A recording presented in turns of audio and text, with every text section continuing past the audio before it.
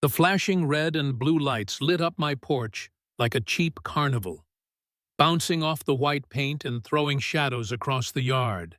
And in that moment I realized my wife was about to be cuffed on our own front steps like some criminal, while the HOA president stood on the curb smirking like she'd won the lottery. And nobody here knew the truth, that the woman they wanted to drag off in handcuffs was the state sheriff herself. 3 cruisers idled at the curb, neighbors hiding behind hedges with their phones up. And Brenda, our HOA queen bee, arms folded tight like she owned the street, pointing straight at Sarah. "That's her! Officers! She's aggressive. She refuses our rules." The young cop's hand hovered near his belt. His body cam blinked red, and my dog pressed against my leg, whining, sensing what I already knew, that one wrong move tonight could blow our entire life apart. 3 months earlier, when we first carried our boxes up these same porch steps, it was quiet. The kind of quiet that makes you think, maybe, just maybe, you've found a place to breathe. I worked from home, coding away in the upstairs office, and Sarah was just Sarah to everyone. No badge, no title, just a neighbor watering flowers, handing out popsicles to kids on hot days. We liked it that way. I thought maybe we could keep it simple. The first letter from the HOA ruined that fantasy real quick. A note taped to our shiny new mailbox, a smiley face at the top and a threat below. Wrong model. Replace in 10 days or pay a fine. I groaned, but Sarah smiled and said, "Let's not start a war over a mailbox." So we swapped it out. We even laughed with Mr. Collins next door, sweet old retired bus driver who baked brownies for us. But the second letter hit harder. Take down the little library box Sarah built with our daughter. Unapproved decoration. That one stung. She'd painted it bright red with Ava, filled it with kids' books, and I swear half the neighborhood loved it. Sarah still tried to play it soft, emailing for approval, offering to repaint it, even stain the post to match the HOA's aesthetic. We heard nothing back. Then the grass notice came. Our lawn a fraction over 2.5 inches. Sarah measured it with a ruler in disbelief. That's when I started to see the pattern. Brenda wasn't just following rules, she was setting traps. The first HOA meeting we went to was surreal. Folding chairs, stale cookies, a neighbor's first sign taped on the wall. Brenda sat at the front like some queen presiding over her kingdom. Voice all bells and alarms. She praised some holiday decorations, then slid straight into complaints. Our library box, our car leaving too early, the SUV in the driveway. She didn't look at us, but everyone else did. "It's a family car," Sarah said gently. "I drive my kid to soccer in it." Brenda's smile tightened. Section 8.3 doesn't care about markings. It cares about use. That was the first time I saw my wife bite her tongue. She wanted peace. She let it go. I tried to let it go too, but Brenda wasn't done. The letters kept piling up. A fine for string lights after Ava got her first A in math. A fine for planting sunflowers by the mailbox. Always cheerful language. Always the same cold signature. Rules are rules. Then they went after Mr. Collins. They ordered him to remove the ramp at his front door. He stood on our porch with that notice shaking in his hands, whispering, "I can't do stairs without it." His eyes watered, and I thought, this is what cruelty looks like.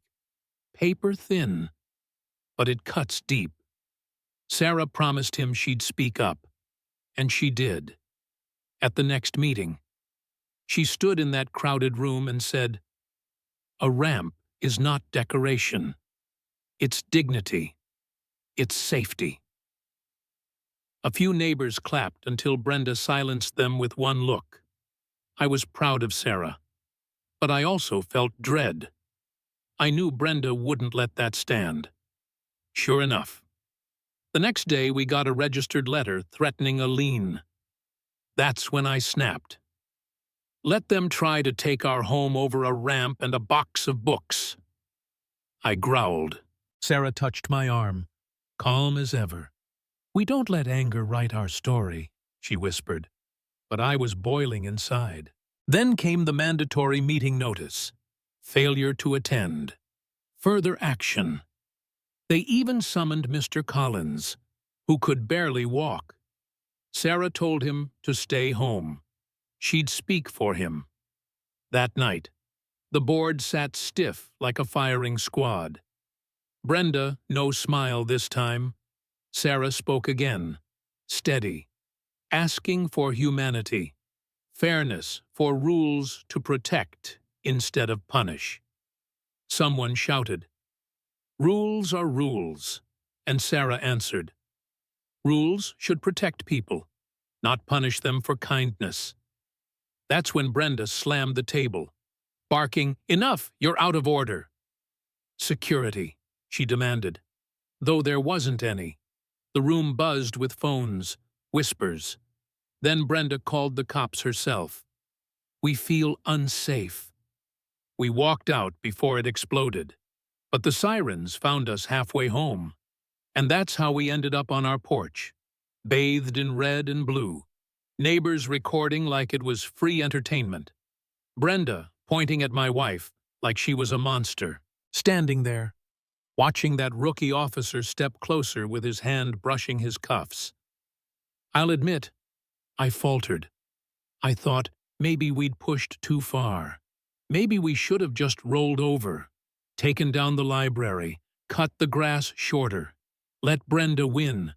Was I risking my family's safety over stubborn pride? The thought crushed me. And then I saw Ava's little face pressed to the window, her breath fogging the glass as she watched her mom about to be cuffed. My chest burned with shame. We weren't wrong. We weren't criminals. This was bigger than grass and mailboxes.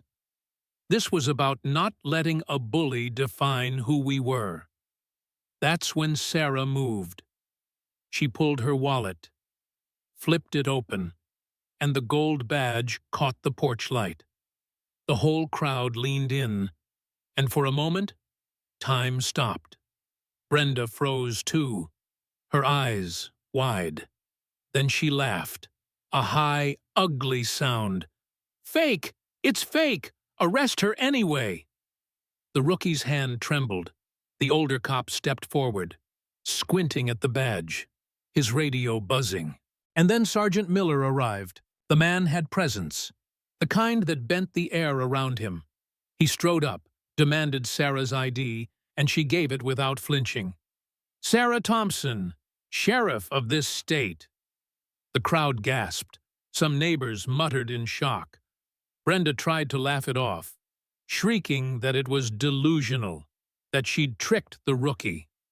But Miller checked the credentials himself, traced the seal with his thumb, and his voice dropped sharp and final. "Apologies, Sheriff. Rookie mistake." The street went dead quiet. Brenda's smile shattered. For the first time all night. She had no script. She tried to sputter, but Miller cut her off. "Ma'am, step back before I cite you for obstruction."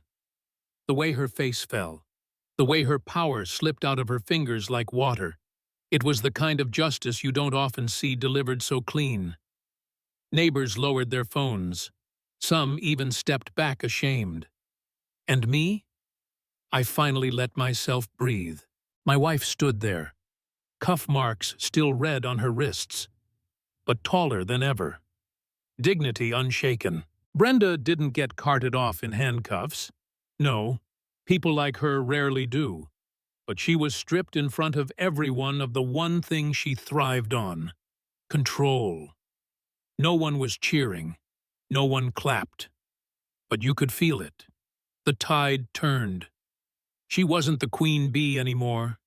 She was just a bitter woman exposed under porch lights and phone cameras.